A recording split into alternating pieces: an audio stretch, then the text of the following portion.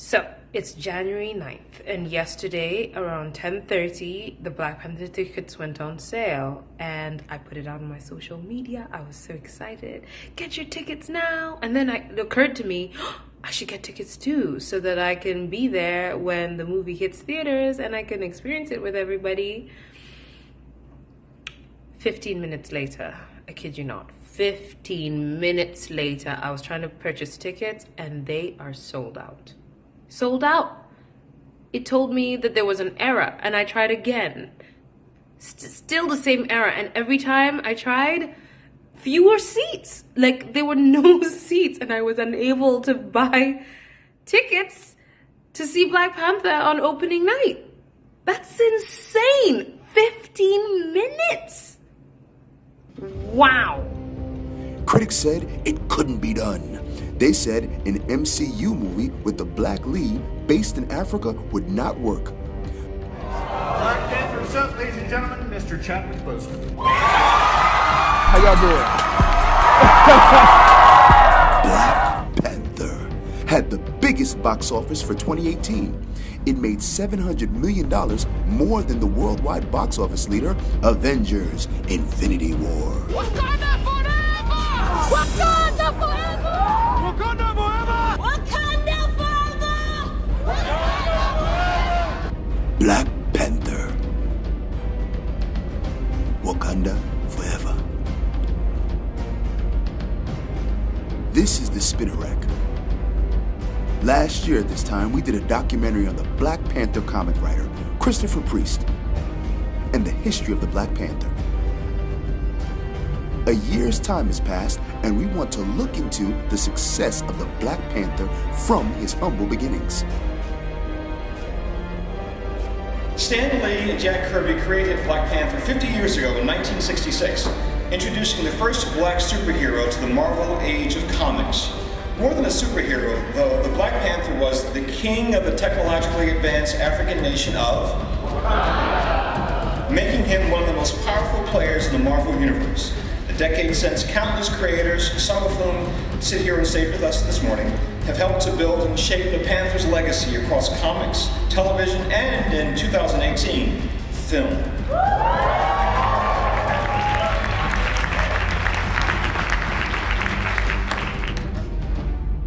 And you know, it's interesting too that all this stuff that we read in those comics as kids, those things are now on screen today, and they are taking the entire world. Yes, by it's storm. incredible. Yeah. Isn't it something? I pinch myself sometimes that I was in on that stuff when it came out, that I was a kid, a 10 or 12-year-old kid.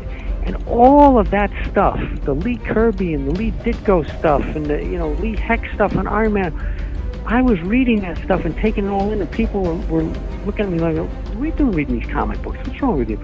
And all of that, all of the characters and the concepts and the supporting characters, today, they're billion-dollar movies. Look at the Black Panther. It's incredible.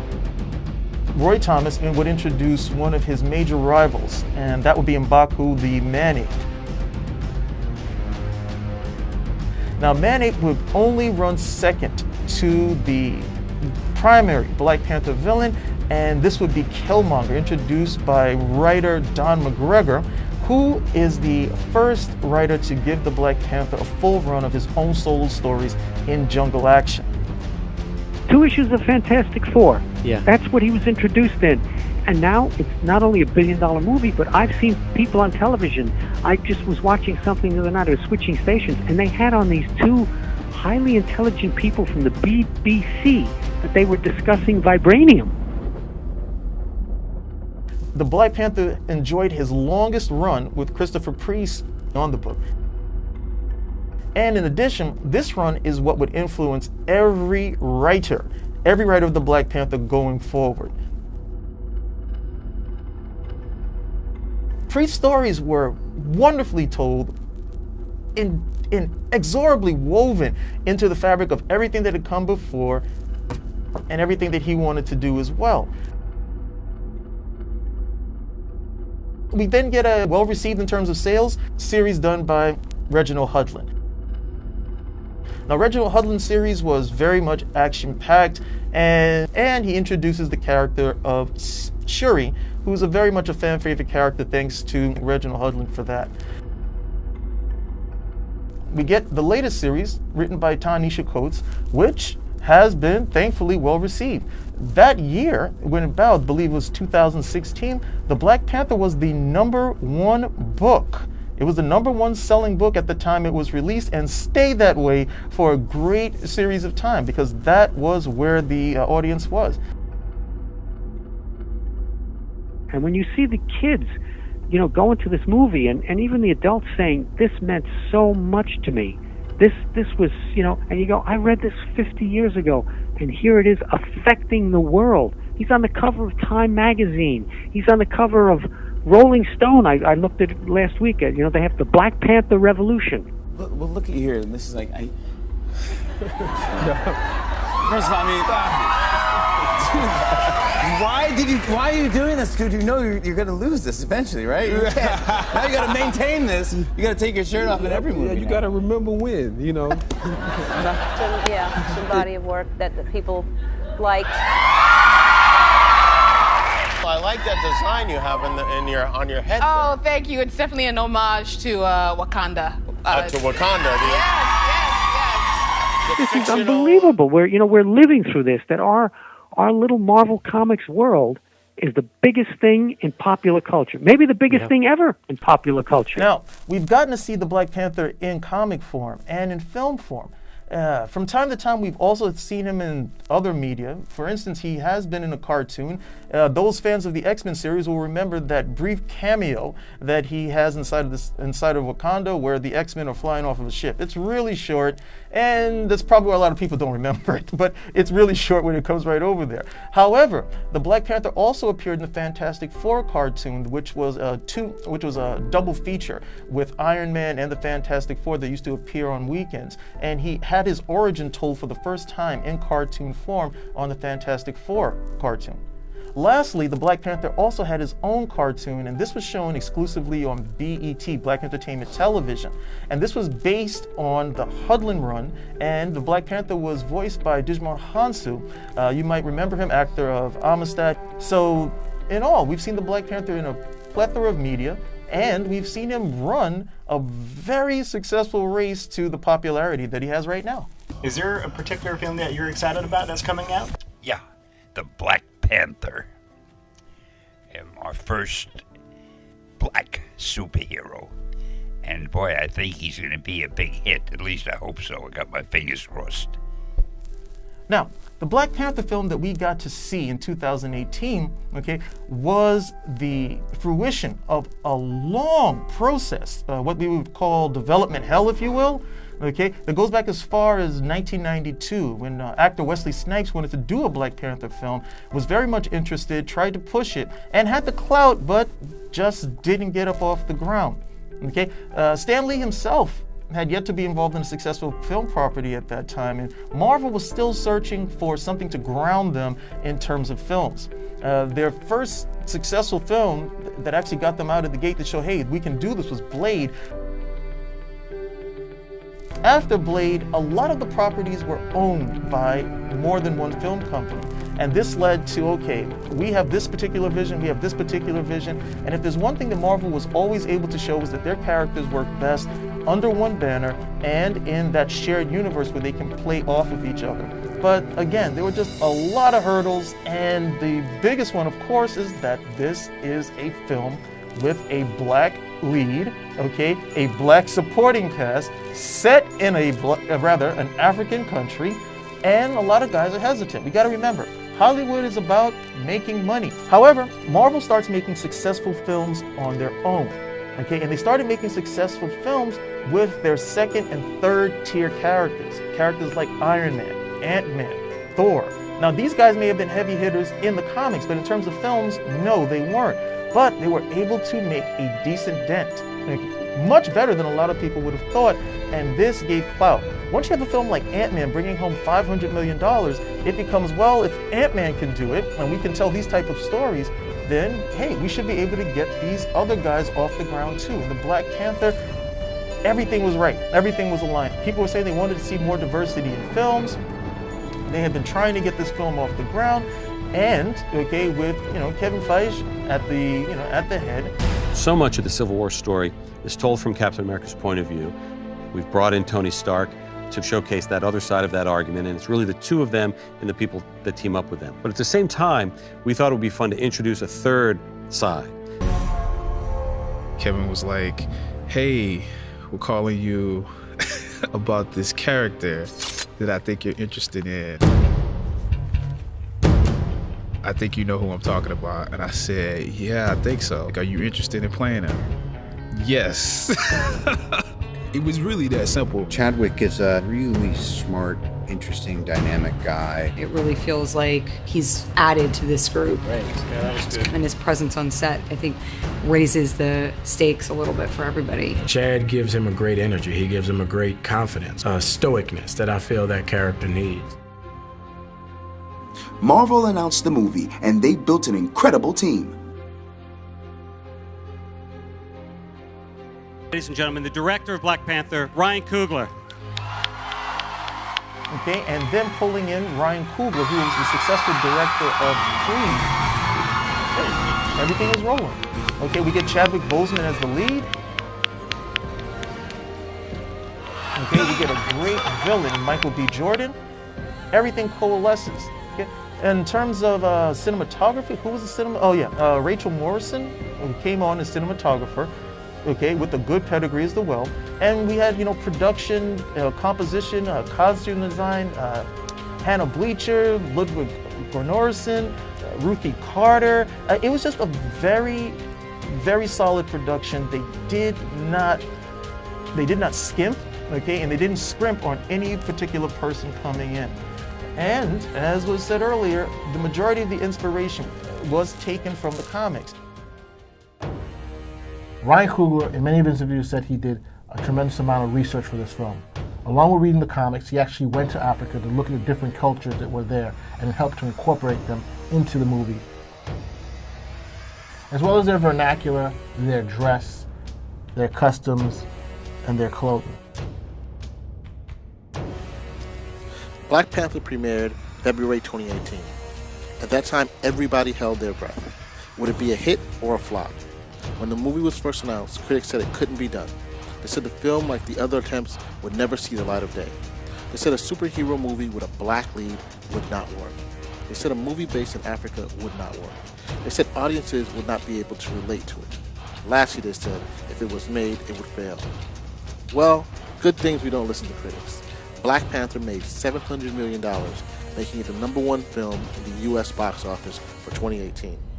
Worldwide, its box office of $1.34 billion came second only to Marvel's other hit, Avengers: Infinity War.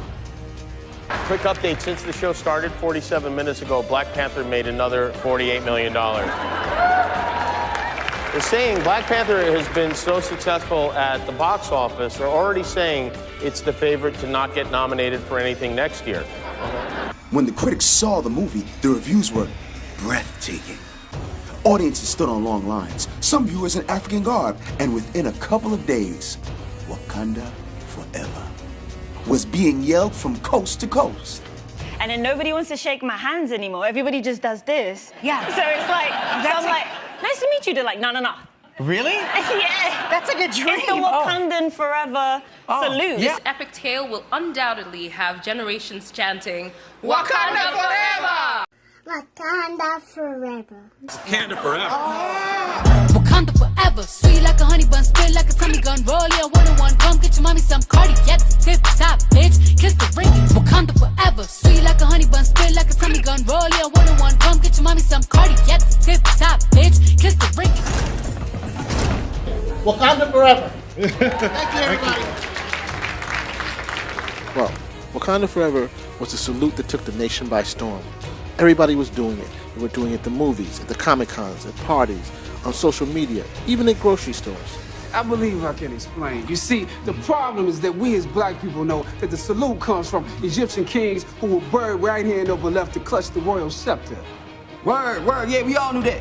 Yeah. Also in sign language, where the arms cross would mean hug, Okay, so an expression of love and also an expression of royalty. Okay, a loving king, if you will. This is powerful because people have been doing it and not realizing that basically they're signing everybody, "We love you," or "Let me get a hug." All right, our social collective has come to the determination that the Wakanda salute, it belongs to everyone. It was a cultural moment. It was a cultural moment for a lot of different reasons.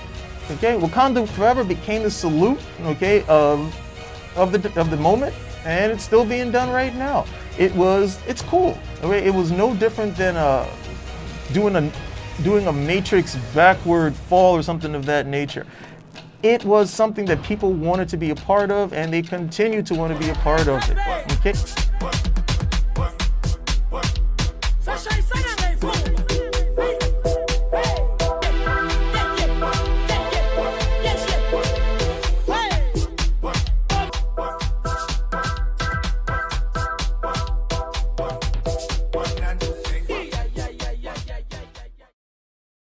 I wanted to take a second to thank the Black women too, because they were so strong on their own terms and answered to no one but themselves. And I think it was so important because they weren't strong because they were angry.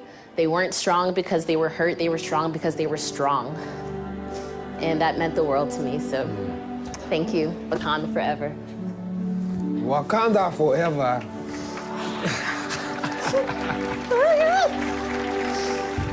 Women are the ones that helped to make Black Panther one of the biggest successes in 2018. Without women coming to the movie in droves, without women seeing the movie multiple times, this movie would not have been the huge hit that it was. Now, Black Panther was not your typical superhero movie, we got that. But one of the things you could see in the numbers is that 45% of the audience were women. Typically, the audience is usually 62% male or even more. But in this section, we see that women came out to see this film because they felt that this film represented them. And why is that? It's all because the director, Ryan Coogler, realized as he was doing his research that women in African societies were in pivotal and very important positions. And this reflected also our society at large. And so he incorporated this, and he incorporated having women of various age groups to represent them. You can see this personified in the film by the character of Shuri, who is the sister of T'Challa, the Black Panther. You can also see this in Okoye, who is the warrior, the general of the Dora Milaje. And you can also see it in Nakia, the war dog, the girlfriend, the spy of T'Challa. I mean, 3 different women, and let's not forget his mother. You know, they all represent powerful women, and of course, all these women made other women who wanted to see this film. This reminds me of Wonder Woman, where you saw a huge audience of women coming to the film. A film that unfortunately was panned in certain aspects and given lower tomato scores than it deserved. But the women went out to this film and drove because they felt it represented them. This was a superhero film that they themselves could connect. And you have to give them props to Ryan Coogler for seeing this and taking a hold of this and saying, hey, this film is not just Black Panther, just for superhero films, not just for the guys, but it's also for the girls. And kudos to them. And let's not forget the Dora Milaje, aka the Adored Ones, the ceremonial wives of T'Challa, but also his lethal, kick-ass guards. I mean, these women represented probably the epitome of what a lot of Black women felt like when they saw them. They were their own Amazons. These were the women who can kick butt and hold their own against any man whatsoever. So when you went to the cons and when you went to the movies, you seen tons of women dressed up like them. They were fierce, they were beautiful, you know, they were smart, and they were their own. So yes, Ryan Coogler, thank you for including all of them in the movie. Now, it wasn't just the fact that the film was popular, okay? Because the money doesn't just come from making the films. We want to see that the Black Panther has legs not just in other mediums, but in terms of merchandise, okay? Do people want this guy outside of the film? And the answer was yes. #1 Halloween costume for 2018? Black Panther.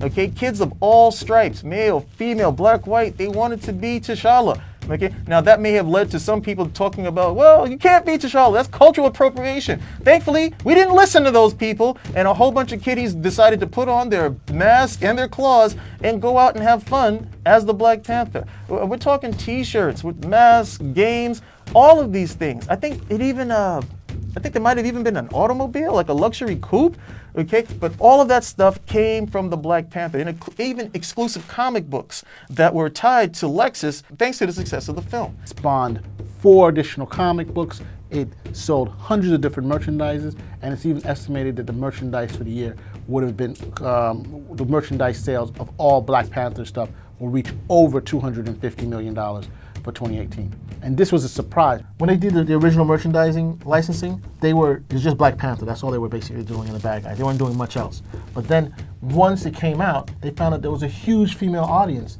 and they wanted some materials too, from Shuri, the Dora Milaje, Nakia. And so they had to rush out, not only to bring out more Black Panther products, but they had to also come out with female-oriented Black Panther products. There were t-shirts and a couple of hats, but they didn't have anything out for Shuri or the Dora Milaje.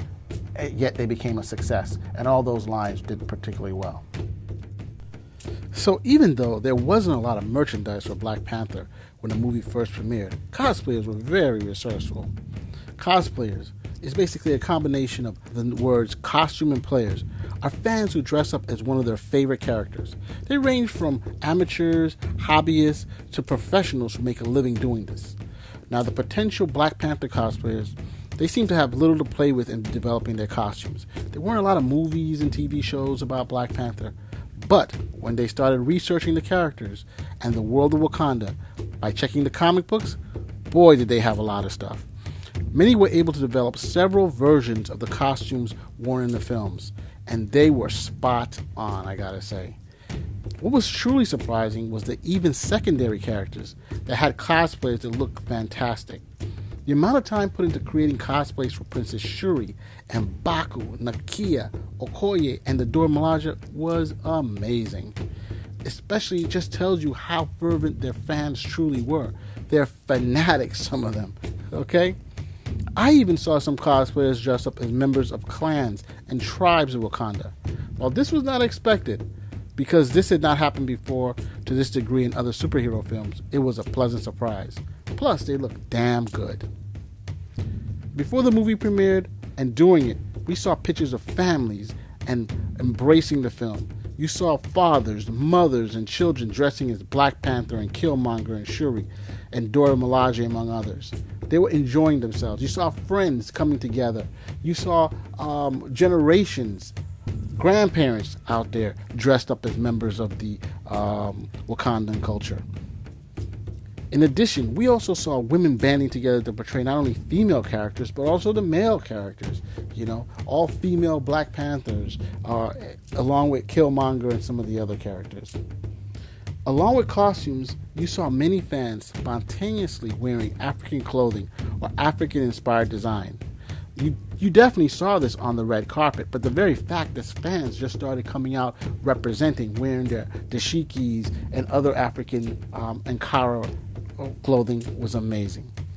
This helped to reinforce the ownership that many fans felt about this motion picture, with its kaleidoscope of African cultures and languages and dress, to be not shunned but to be embraced. It represented their connection to the motherland. It represented something they felt proud of and belonged to, and most of all, they were owning it. Fans cosplay, actors prospects, sequel, worldwide celebrity. On the red carpet, the Black Panther crew has been one of the most popular people to be interviewed. They've been engaging, they've been funny, they've been a riot. They have done the Wakanda salute God knows how many times, you know, and they've always been gracious in their acceptance of pictures and stuff on the red carpet. So it's always great to see them, because you see them being interviewed and having fun. So, the Black Panther, again, it wasn't just the film, okay? It also translated much, much broader, into, kids wanting to be the Black Panther. We see the cultural impact in terms of people giving each other that particular greeting, and a very big interest in what that film was, not just ostensively, but in terms of everything underneath that was running through the film as well. And it did translate into the comics too. Okay? So all of that was able to coalesce, and the fans were treated to what we got in 2018. Okay? The first Black Panther film, which was nominated for an Oscar. The Black Panther has not only been a commercial success and a representational success, it has also been a critical success. It has won numerous awards, not only for Best Picture and Acting, but for costume, production, visual effects, art design, art direction, original score, original song, stunts, screenplay, and even for the best villain. Black Panther has been nominated for 7 Academy Awards, 3 Golden Globe Awards, and has won 2 Screen Actors Guild Awards. That is impressive. The Black Panther's nomination for the Academy Award for Best Picture, as well as the Golden Globes Award for Best Motion Picture in a Drama, is the first time, the very first time, that a superhero film garnered such nominations. It has won so far during the award season 1 American Music Award, 2 BET Awards, 4 MTV Movie and TV Awards, 1 MTV Video Music Award, 2 People's Choice Awards, 5 Saturn Awards, and 3 Teen Choice Awards. It's been nominated for 7 Academy Awards, 1 Billboard Music Award, 2 British Academy Film Awards, that's the BAFTA for you non-Brits, 12 Critics' Choice Movie Awards, and 8 Grammy Awards, including 8 Satellite Awards. There's been grumbling that Black Panther did not deserve an Oscar nomination, and that is a reaction to the Oscars So White campaign. What? Clearly these people are both blind and deaf. Oops, my apologies to any visually or hearing impaired people that were offended. Black Panther has been named one of the best films of the year by the American Film Institute and the National Board of Reviews. Those people who dislike the whole Black Panther being nominated for the Oscar always put up these boards to say, hey, look at some of the greatest films in history. And of course, when these boards not add Black Panther to their list of some of the best for the year, they're like, hey, that doesn't really count. Pay them no mind. Black Panther was the #1 entertainment Google search of 2018. It was the 6th most searched term on Google, period. Come on, there are many people out there who wanted to know what was going on. And also, this is a major draw for the Oscars. Let's get real. The Oscars has not been the most highly rated program in recent years. And one of the things the Oscars has always done is once in a while has brought in very popular programs to be shown. This is a critical, successful show, but there's also been other shows, movies that have been critically successful, such as Titanic and Forrest Gump, which have captured the audience's imagination, has captured the culture's imagination, and have been recognized by the Oscars. So this argument about Oscars So White, please. And this basically tells you that there's always an audience for a film if you can somehow connect with that audience. And that is exactly what Black Panther did. There was an audience, there was a pent-up demand, and you got a talented cast, a talented director, and you had producers, and of course, Marvel money behind it to make sure that this would be not only just a movie, but an event. They got people out of their seats to come and see it. Wakanda